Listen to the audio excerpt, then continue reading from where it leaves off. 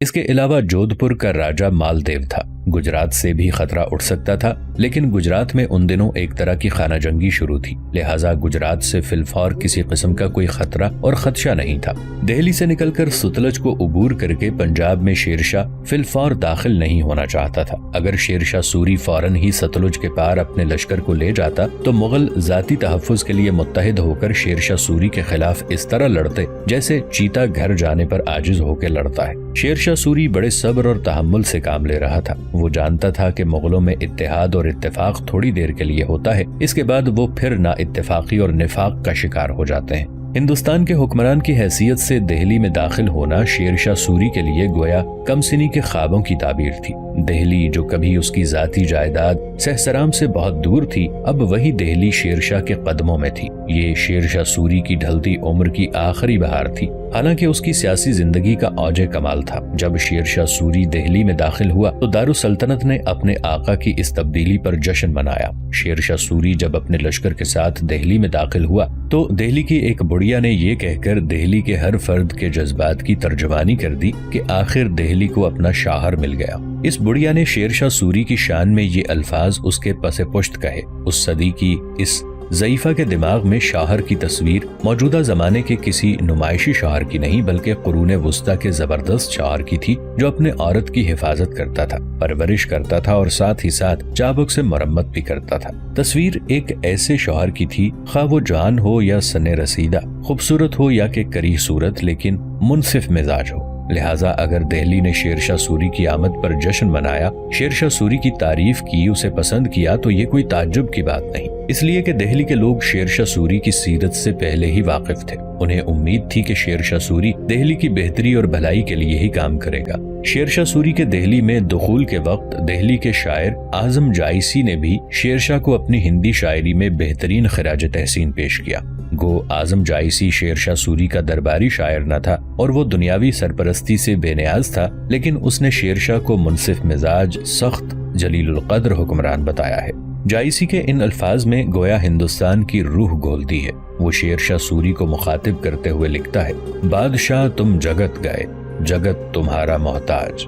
جائسی شیر شاہ سوری کے لیے ایسا ہی عظیم اور اعلیٰ شاعر ثابت ہوا جیسا آنے والے دور میں اکبر کو تلسی داس جیسا عظیم اور بے مثل شاعر نصیب ہوا۔ بہرحال شیر شاہ سوری نے اکبر کے لیے شہرت و عظمت کی بنیاد ڈالی۔ اسی طرح جائسی نے بھی تلسی داس کے لیے اودھی بولی میں شعر و شاعری کا راستہ صاف کر دیا۔ نتیجہ یہ ہوا کہ آنے والے زمانے میں ہندی زبان پر اودھی زبان کا غلبہ ہوا۔ دوسرے جانب خواص خان اور برہم جیت مغلوں کے تعاقب میں لگ گئے تھے۔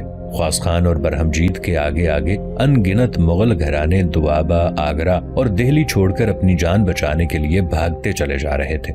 مغل بیچارے روپوش بھی نہیں ہو سکتے تھے، اس لیے کہ ہندوستان میں وہ تو اجنبی تھے ہی، دوسرے ان کی شکل و شباہت بھی عجیب تھی۔ وہ اپنی منفرد قسم کی داڑھی اور اندر کو دھسی ہوئی آنکھوں سے پہچانے جاتے تھے، لہٰذا اسی بنا پر انہیں خطرہ تھا کہ وہ پکڑے جائیں گے اور دھر لیے جائیں گے۔ گروہ در گروہ یہ منگول یعنی مغل مختلف شہروں اور قصبوں سے نکلتے ہوئے بھاگے۔ ان میں سے اکثر نے راجپوتانہ کا رخ کیا۔ کچھ لوگ ہمایوں کے بھائی ہندال کے قافلے میں جا ملے، جو مغل بیگمات کو الور کے راستے لاہور کی طرف لے جا رہا تھا۔ لاہور کی طرف جانے کے لیے مرزا ہندال نے وہ راستہ اختیار کیا جو آگرہ اور الور کے درمیان جاٹوں کے راستے سے ہو کر جاتا تھا اور جنگلوں سے بھرا ہوا تھا۔ اس سفر میں وحشی اور لٹیرے جاٹوں نے مرزا ہندال پر حملہ کر دیا، پر مرزا ہندال نے ان کے ساتھ ایسا مقابلہ کیا، اس قدر جانفشانی کے ساتھ جوابی حملہ کیا کہ انہیں کھدیڑ کر رکھ دیا۔ ان جاٹوں اور راجپوتوں کا خاتمہ کرنے کے بعد مرزا ہندال تیزی سے لاہور کی طرف بڑھا۔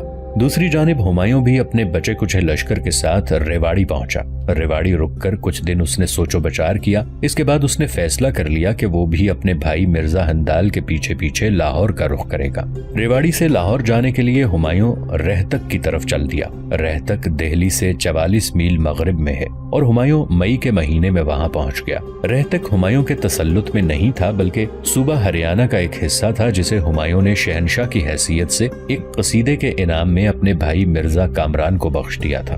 ہمایوں جب اپنے لشکر کے ساتھ رہتک پہنچا تو اسے امید تھی کہ رہتک چونکہ اس کے بھائی کامران کا علاقہ ہے لہٰذا لوگ اس کا بہترین استقبال کریں گے، لیکن اسے تعجب ہوا کہ رہتک کے لوگوں نے ہمایوں کے قریب آنے پر شہر میں داخل نہ ہونے دیا اور شہر پناہ کا دروازہ بند کر لیا۔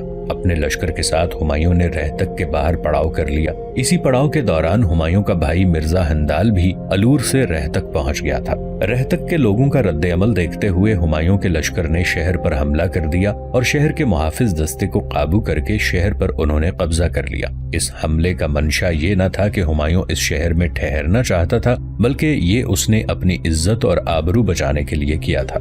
رہتک میں چند روز قیام کرنے کے بعد ہمایوں نے یہاں سے کوچ کیا اور سرہند کی طرف روانہ ہوا۔ ہمایوں روزانہ 20 یا 25 میل کا سفر طے کرتا ہوا سرہند پہنچا۔ سرہند جانے کے لیے اس نے وہ راستہ اختیار کیا جو سمانا اور پٹیالہ سے گزرتا ہے۔ کچھ روز اپنے لشکر کے ساتھ ہمایوں نے سرہند میں بھی قیام کیا۔ اس کے بعد اس نے یہاں سے بھی کوچ کیا۔ اپنے بھائی مرزا ہندال کو اس نے ستلج کے کنارے اس کے لشکر کے ساتھ متعین کیا تاکہ خواص خان اس پر حملہ آور نہ ہو جائے، اس لیے کہ ہمایوں کو خبر ہو چکی تھی کہ شیر شاہ سوری نے خواص خان کو تاکید کر رکھی تھی کہ ہمایوں کا صرف تعاقب کرنا ہے، اس پر حملہ آور نہیں ہونا ہے۔ اپنے بھائی مرزا ہندال کو حفاظت کے لیے دریائے ستلج کے کنارے گھات میں بٹھانے کے بعد ہمایوں نے بے فکر ہو کر دریائے ستلج کو عبور کیا اور جالندھر جا پہنچا۔ یہاں اس نے قیام کیا اور دریائے بیاس کے کنارے اپنے بھائی مرزا ہندال کا انتظار کرنے لگا۔ اپنے لشکر کے ساتھ لگاتار سفر کرتے ہوئے شیر شاہ سوری لاہور پہنچ گیا۔ لاہور شہر ان دنوں عجیب حالت میں تھا۔ چاروں طرف سے مغل ٹوٹ کر لاہور میں جمع ہو رہے تھے۔ لاہور شہر ایک قسم کے شرنارتھیوں کا پراگندہ کیمپ بن گیا تھا۔ ہر مغل دوست دشمن، اعلیٰ و ادنا، محرم و نامحرم حواس باختہ لاہور کی طرف بھاگ رہا تھا۔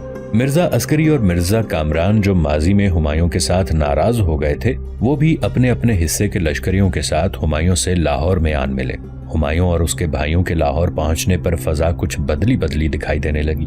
ہمایوں اور اس کے بھائی جو اس سے پہلے ایک دوسرے سے جدا اور متنفر تھے، لگتا تھا حالات نے ان میں اتفاق اور یکجہتی پیدا کر دی ہے۔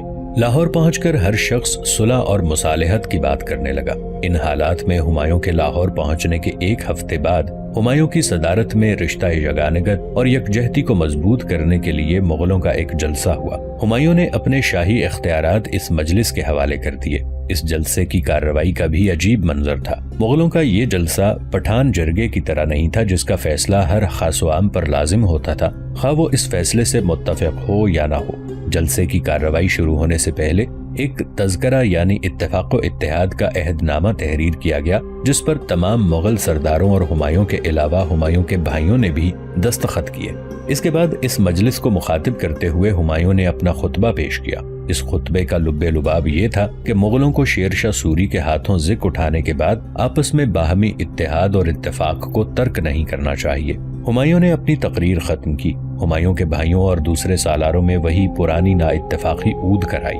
سب کی زبانیں کھل گئیں اور ہر شخص یہ چاہنے لگا کہ مجلس میں اس کی تجویز کو سامنے رکھا جائے اور اسے اہمیت دی جائے اور لوگ اس کی بات کو تسلیم کریں۔ جب ہمایوں کے بھائی مرزا کامران نے یہ تجویز پیش کی کہ وہ خاندان کی سب بیگمات کو کابل چھوڑائے اور وہاں سے ایک لشکر لے کر واپس آئے، اس عرصے میں ہمایوں اور تمام مغل سردار اپنے اپنے لشکر کے ساتھ کسی پہاڑی پناہ گاہ میں انتظار کریں۔ مرزا کامران کی اس تجویز کی سب نے پرزور مخالفت کی۔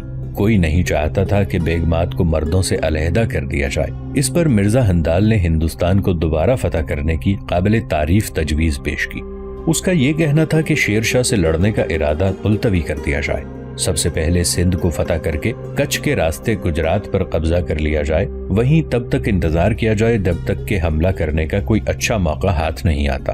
ہمایوں کے ایک اور دستے راست مرزا حیدر نے یہ تجویز پیش کی کہ کشمیر میں وہ لوگ جو ان کا ساتھ دینے پر آمادہ ہیں اور جنہیں کشمیری غدار کہتے ہیں، ان کی مدد سے کشمیر فتح کرنے کا فیصلہ کیا جائے تاکہ بوقت ضرورت سب مغل وہاں پناہ لے سکیں۔ اس نے کہا کہ تمام مغل سرداروں کو سارنگ سے لے کر سرہند تک پہاڑی دروں پر قبضہ کر لینا چاہیے اور وہیں سکونت اختیار کر لینی چاہیے۔ شیر شاہ سوری کو اس پہاڑی علاقے تک پہنچنے میں 4 ماہ کا عرصہ لگ جائے گا۔ وہ اس خطے میں اپنی توپیں بھی نہ لا سکے گا جو اس کا خاص ہتھیار ہیں، جبکہ شیر شاہ سوری کا مقابلہ کرنے کے لیے مغلوں کو کچھ عرصہ سکون سے تیاری کرنے کا موقع مل جائے گا۔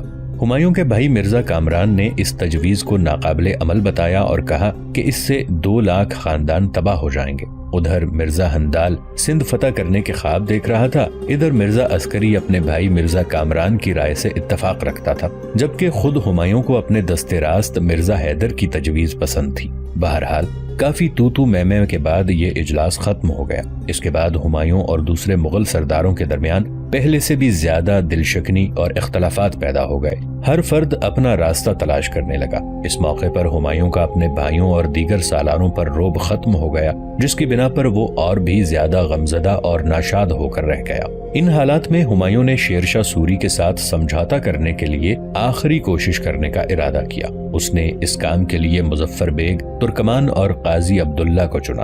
دونوں کو ہمایوں نے شیر شاہ سوری کی طرف روانہ کیا اور شیر شاہ سوری کو اس نے یہ پیغام بھجوایا کہ شیر شاہ سوری ہمایوں کے لیے کم از کم سرہند کے پار پنجاب کا علاقہ چھوڑ دے۔ شیر شاہ سوری نے ہمایوں کے قاصدوں کی بات کو بڑے غور، بڑے صبر اور تحمل سے سنا اور کچھ دیر تک ان کے ساتھ گفت و شنید ہوئی۔ آخر شیر شاہ سوری نے اپنا فیصلہ دیتے ہوئے ہمایوں کو پیغام بھجوایا کہ میں نے تمہارے لیے کابل چھوڑ دیا ہے، وہیں چلے جاؤ۔ شیر شاہ سوری کے اس جواب سے ہمایوں کو بے حد مایوسی ہوئی، لہٰذا اس نے لاہور سے کوچ کرنے کا عزم کر لیا اور ہمایوں نے یہ فیصلہ کیا تو ہر چہار سو حشر برپا ہو گیا۔ لوگوں نے اپنے اپنے مکانوں اور فرنیچر کو جہاں تھا وہیں چھوڑا اور جیسے بھی بن سکا نقدی ہاتھ میں لے لی اور ہمایوں کے ساتھ ہو لیے۔ آخر اکتوبر کے مہینے میں تقریباً 2 لاکھ مغلوں پر مشتمل ایک قافلہ طوفانی انداز میں دریائے راوی کو پار کر کے مغرب کی سمت بے سر و سامانی کی حالت میں روانہ ہوا۔ یہ سما نہایت ہی دردناک اور رقت آمیز تھا۔ ہمایوں کا سوتیلا بھائی کامران مرزا ایسے وقت میں بھی بدطینتی اور کمظرفی سے باز نہ آیا اور سب کچھ برباد ہونے کے بعد بھی وہ اپنے سفلا پن سے چپکا رہا۔ چناب کے کنارے پر پہنچنے کے بعد وہ اپنے لشکریوں اور متوسلین کو لے کر ہمایوں سے علیحدہ ہو گیا اور تیزی سے بھیڑا کی جانب بڑھا۔ بھیڑا ان دنوں ایک انتہائی اہم شہر تھا اور یہاں سے 3 سڑکیں مختلف سمتوں کو جاتی تھی۔ ایک پشاور سے گزرتی ہوئی کابل کو جاتی تھی، دوسری جنوب سے ہوتی ہوئی کوہاٹ کے علاقے کی طرف نکل گئی تھی اور تیسری کشمیر کی جنوبی سرحد تک پہنچتی تھی۔ اس سفر کے دوران تک ہمایوں کوئی آخری فیصلہ نہیں کر پایا تھا، اگرچہ اس نے ان خیالات کا اظہار کیا کہ وہ لاہور سے نکل کر بدخشاں کا رخ کرنا چاہتا ہے، یہ شبہ کر کے کہ وہ کہیں کابل پر قابض نہ ہو جائے۔ کامران نے اس تجویز کی سخت مخالفت کی۔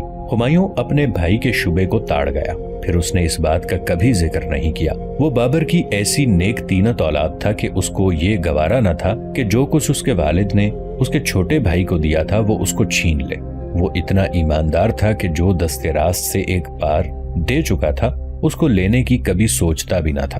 مگر ہمایوں سے متعلق کامران کا باطن شبہات سے پر تھا۔ کامران ہمایوں سے کچھ ہی روز قبل بھیڑا پہنچا تھا۔ ہمایوں نے بھی بھیڑا پہنچ کر کشمیر کی طرف جانے کا ارادہ کیا اور اس مقصد کے لیے اپنے کچھ آدمی کشمیر میں بھی اپنے حق میں حالات درست کرنے کے لیے روانہ کیے اور انہیں یہ بھی بتایا کہ وہ پونچھ کے مقام پر جا کر اس کا انتظار کریں۔ ہمایوں کے بھائی کامران مرزا نے ہمایوں کے ان آدمیوں کو قتل کر دیا اور اس طرح کامران نے ہمایوں کے کشمیر جانے کی تدبیر کو بھی ناکام بنا دیا۔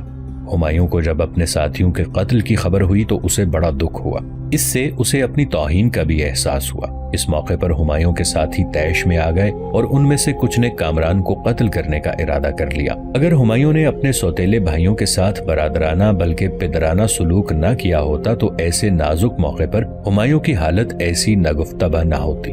بھائیوں کے اس رویے سے اور باہمی جھگڑوں کے باعث ہمایوں بہت پست ہمت ہو گیا تھا۔ اس کا دماغ ابھی تک تذبذب کی حالت میں تھا۔ کامران کے متعلق ہمایوں کے نرم رویے اور پس و پیش نے ہمایوں کے دوسرے بھائی مرزا ہندال اور چچا ناصر مرزا کے صبر کو لبریز کر دیا تھا۔ بالآخر ہمایوں ان کی تجویز مان کر بادل ناخواستہ کابل جانے کو تیار تھا۔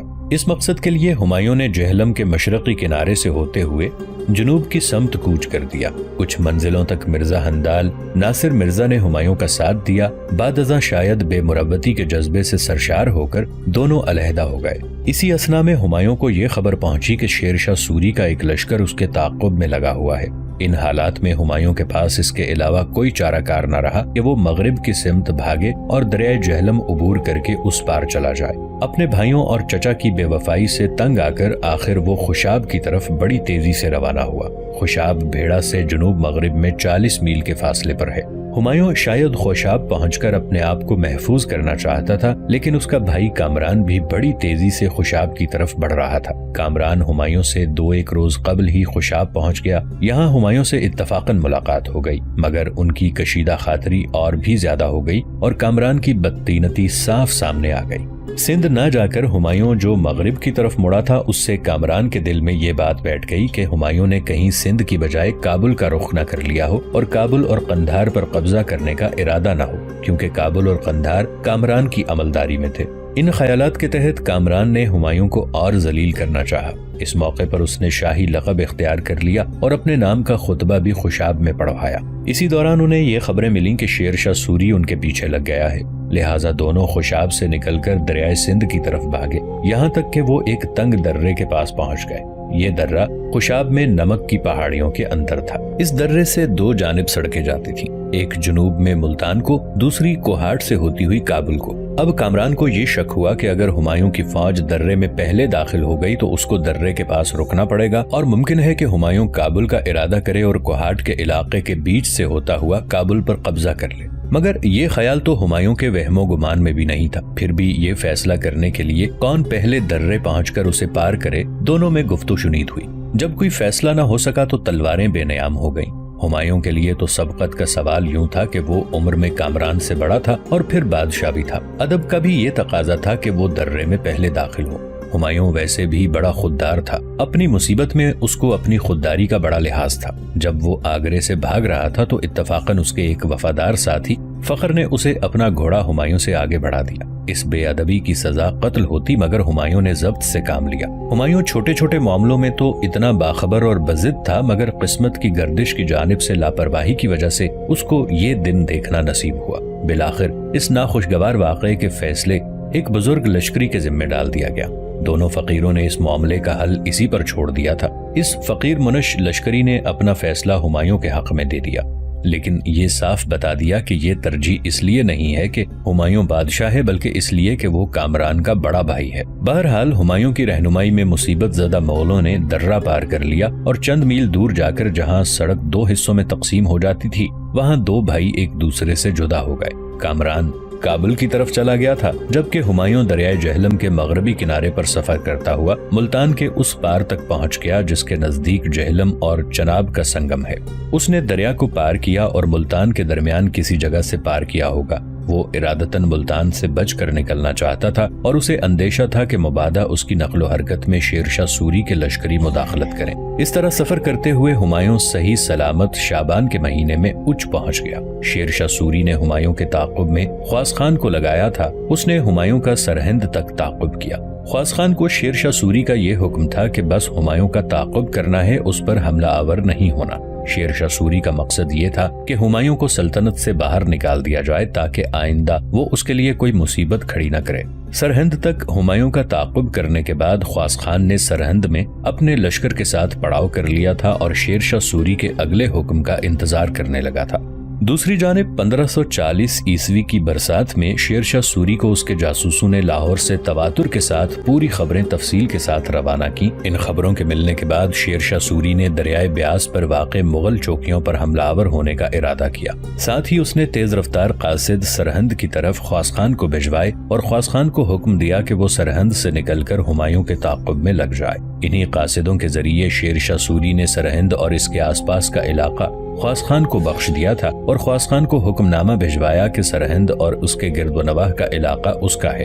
خواص خان اپنی طرف سے وہاں کسی کو ناظم مقرر کر دے اور خود لشکر کے ساتھ ہمایوں کے پیچھے لگ جائے۔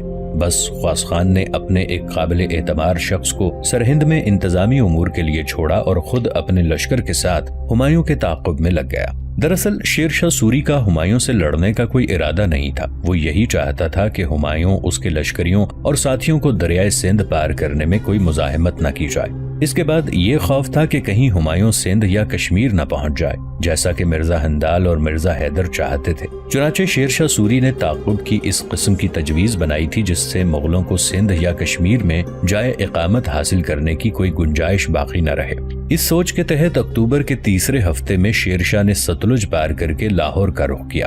دوسری جانب خواص خان سرہند سے کوچ کرنے کے بعد جالندھر اور امرتسر کے راستے لاہور کی طرف جا رہا تھا۔ شیر شاہ سوری اور خواص خان دونوں اپنے لشکریوں کے ساتھ لاہور میں ایک دوسرے سے جا ملے۔ یہاں انہوں نے وقت برباد نہیں کیا بلکہ وہ فوراً بھاگتے ہوئے ہمایوں اور اس کے ساتھیوں کے تعاقب میں لگ جانا چاہتے تھے۔ لہٰذا دونوں اپنے متحدہ لشکر کے ساتھ مغلوں کے تعاقب میں تیزی سے مغرب کی طرف روانہ ہوئے۔ جب وہ چناب کے کنارے پہنچے تو انہیں معلوم ہوا کہ ہمایوں بھائیوں سے جدا ہو گیا ہے۔ شیر شاہ سوری نے اپنے لشکر کا ایک حصہ ملتان کی طرف مرزا ہندال اور ناصر مرزا کے تعاقب میں روانہ کیا۔ خود وہ بھیڑا کی جانب کوچ کر گیا۔ بھیڑا کی جانب شیر شاہ سوری نے اس احتیاط سے پیش قدمی کی کہ کہیں ہمایوں نمک کی پہاڑیوں کے راستے کشمیر نہ چلا جائے۔